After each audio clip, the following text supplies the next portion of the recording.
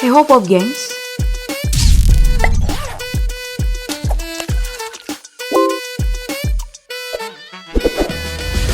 Tahu gak sih, jumlah pengguna smartphone di dunia saat ini udah mencapai 6,3 miliar dan diprediksi bakalan naik terus hingga 7,5 miliar pada 2026 nanti.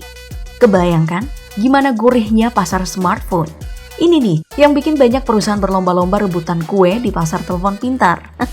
Beberapa brand diantaranya adalah Xiaomi, Oppo, dan Vivo yang masuk dalam kategori smartphone menengah. Apakah smartphone yang kamu gunakan nonton video ini adalah salah satu dari merek tadi? Persaingan ketiga jenama ini seru loh, soalnya mereka bersaing ketat di kelas yang paling menggiurkan. Nah, kalau penasaran kayak gimana persaingan di antara ketiga merek ini, yuk kita ulas perbandingan Xiaomi, Oppo, dan Vivo dalam DP Versus berikut ini.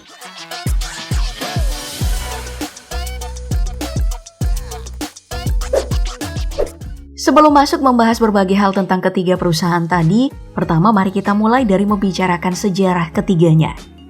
Pertama, mari kita mulai dari Xiaomi.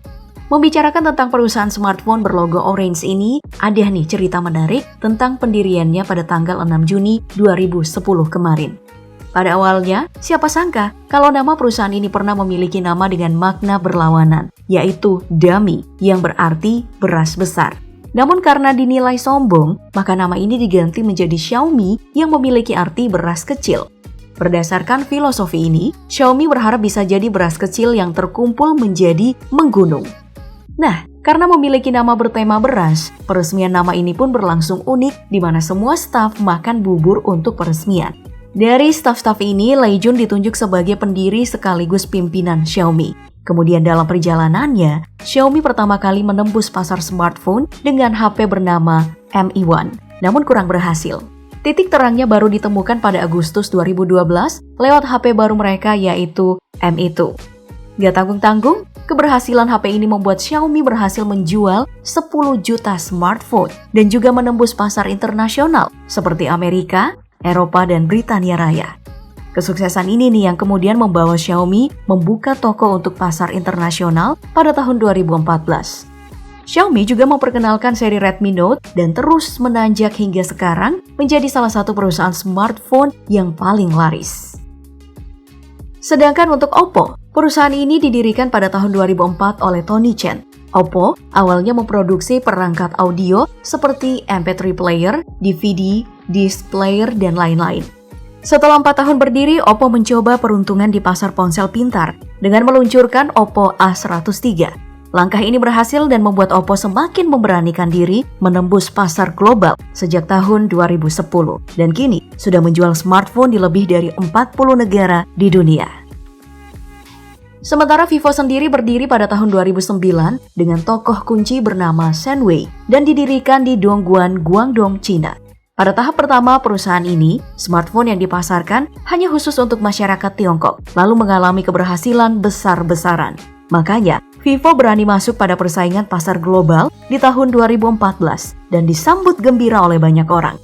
Di pasar global ini nih, Vivo pernah tercatat sebagai top 10 perusahaan smartphone dunia.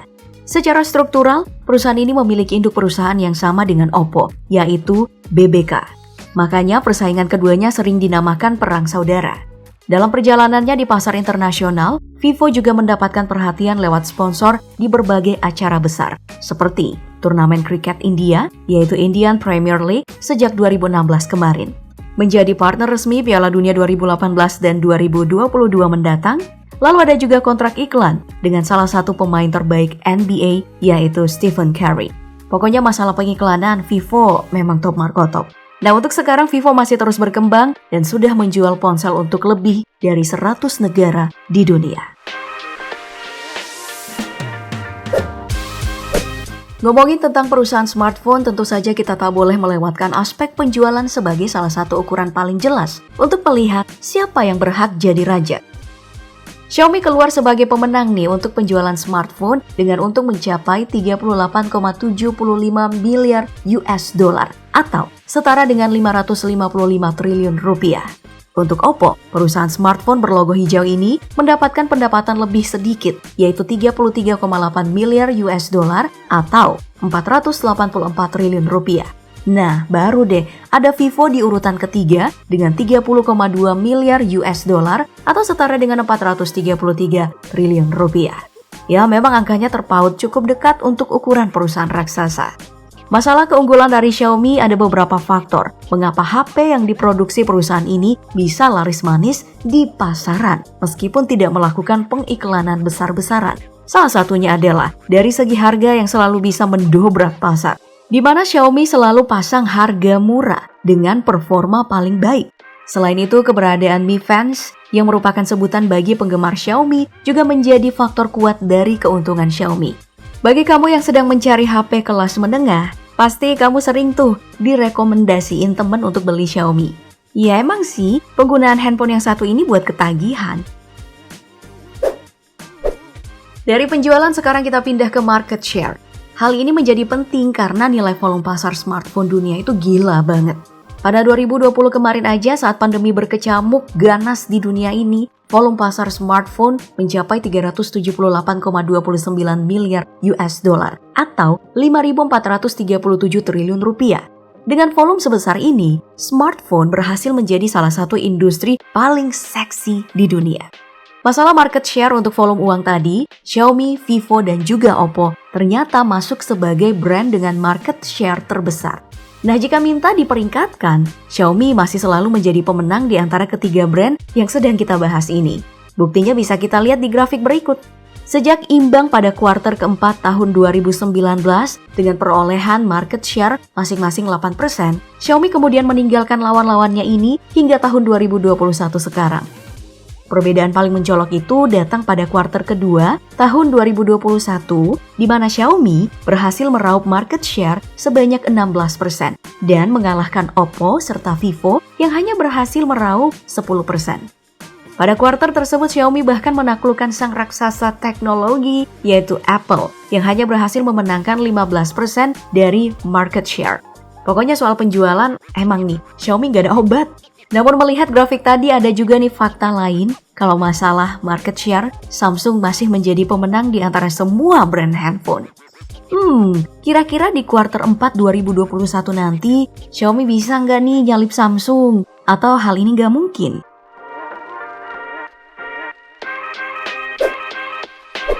Baik, meskipun penjualan dan market share dari Xiaomi ini lebih gede, namun masalah pilihan masih bergantung masing-masing orang ya. Apalagi dari ketiga brand smartphone ini, semuanya memiliki keunggulan masing-masing. Untuk Xiaomi, perusahaan smartphone yang satu ini memiliki keunggulan dari segi harga dan juga performa handphone yang selalu menyenangkan, murah dan kenceng. Memang jadi salah satu hal yang identik dengan Xiaomi. Hal ini dibuktikan dengan seringnya brand yang satu ini dianggap sebagai perusak pasar. Seperti seri Poco X3 GT untuk HP harga 4 jutaan, tapi performanya kencang, bodi cakep, dan tentu aja HP-nya terbilang murah. Sedangkan untuk Oppo, biasanya perusahaan ini juga menyasar konsumen kalangan menengah. Sayangnya, kualitas HP Oppo di pasar konsumen menengah biasa membuat para konsumen ini mikir panjang untuk ngebelinya. Pokoknya penjualan di kalangan ini bergantung banget dengan sales mereka. Keunggulan Oppo malah baru terlihat di jajaran HP flagship yang berkisar 10 jutaan seperti Oppo Find X3 Pro. HP yang rilis pada bulan Juni 2021 ini emang bagus banget. Mulai dari desainnya yang oke-oke, kameranya yang kinclong abis, performanya yang bukan kaleng-kaleng, sampai fitur fast chargingnya yang ngebut abis. Untuk Vivo sendiri, keunggulan HP produksi perusahaan berlogo biru ini terletak di kameranya.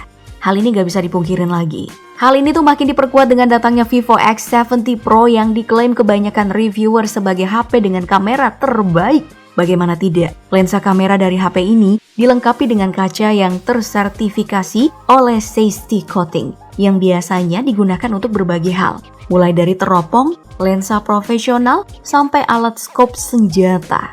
Dengan kombinasi ini, Vivo seri ini selalu siap jadi pemadam nafsu motret kamu.